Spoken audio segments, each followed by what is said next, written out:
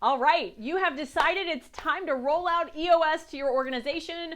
So here are my 5 best practices when it is time to roll out EOS. Number 1, what format will you do your EOS rollout in? Meaning, are you going to do it in person? Are we going to do it virtual? Will it be a hybrid? Are we going to do it with the entire company at once? Meaning, are you fortunate enough to have all of your people able to gather in one place at one time? Some businesses I work with don't have that luxury and they need to do it more by departmental. So they may do like sales and marketing together, they may do the operations support staff together, and then they may have finance, HR, shared services together. So they may do 3 like mini EOS rollouts, all with the same format. Just works better to have it separated. They don't have the luxury to have everyone off the floor or at the same time. Another option, on-site versus off-site. Completely up to you, but just decide what makes sense for your organization. So that's step 1, the format. Step 2, we need to get this on the calendar. So I always recommend, in perfect world, you have it 30 days out, that you know the date and time of when this is going to happen so you can send out calendar invites, because you want everyone to attend. Yes, somebody's going to be on vacation. Yes, somebody may be sick that day, but we want as many people in attendance as possible. The leadership team is critical to be there. Everyone needs to stand in unity.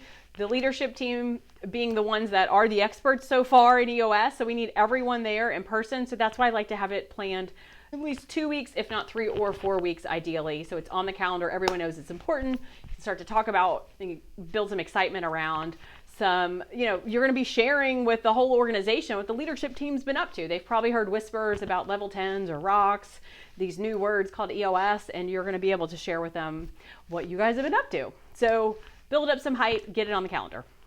Number 3, you're going to want to order what the heck is EOS for your team members. Now, not everybody likes hard copies of books. I personally love an Audible book. That works better for my lifestyle. I like to listen in the car or when I'm on walks. But have some of those available, or have a plan of how are you going to get what the heck is EOS into the hands of your team members. Number 4, you need to finalize that core value speech. So the core value speech has kind of been this working in theory.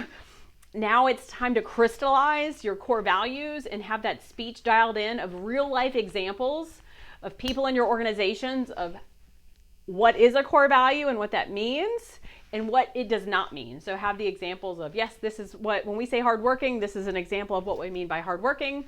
This is an example of what we mean by not hardworking. So have both available on that core value speech. So that's step 4, finalize that core value speech. It's super important and critical to your EOS rollout. And the last thing I want you to get ready are any other materials you may need. A lot of my teams have presentations, like a small PowerPoint presentation. Don't go crazy on this, 10 slides maximum.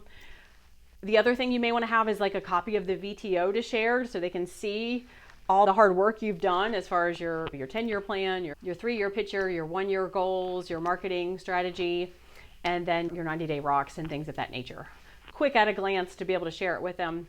The other thing you may want to have is your accountability chart. Now, you may not want to show the whole company's version of the accountability chart because you probably don't have it built out that far yet, but at least the top version, right? So show them what the visionary seat is. That's a new term for everyone. Show them what the integrator seat is. That's a new term for everyone. Who's sitting in those seats? And then probably just that top level of leadership is fine, just to show that you have detailed out who's in charge of what are the major functions of the business and what their roles and responsibilities are. And then obviously the next step portion, you'll get into more detail with them after this rollout about their seat on the accountability chart. That's another video I'll go into on how to present those next steps, what to do after the rollout. If you need any help with that, Integrator Impact has you covered. Let us know. We'd be happy to walk you through any of this or share some examples of what we've seen work well. And get out there and have a very impactful EOS rollout.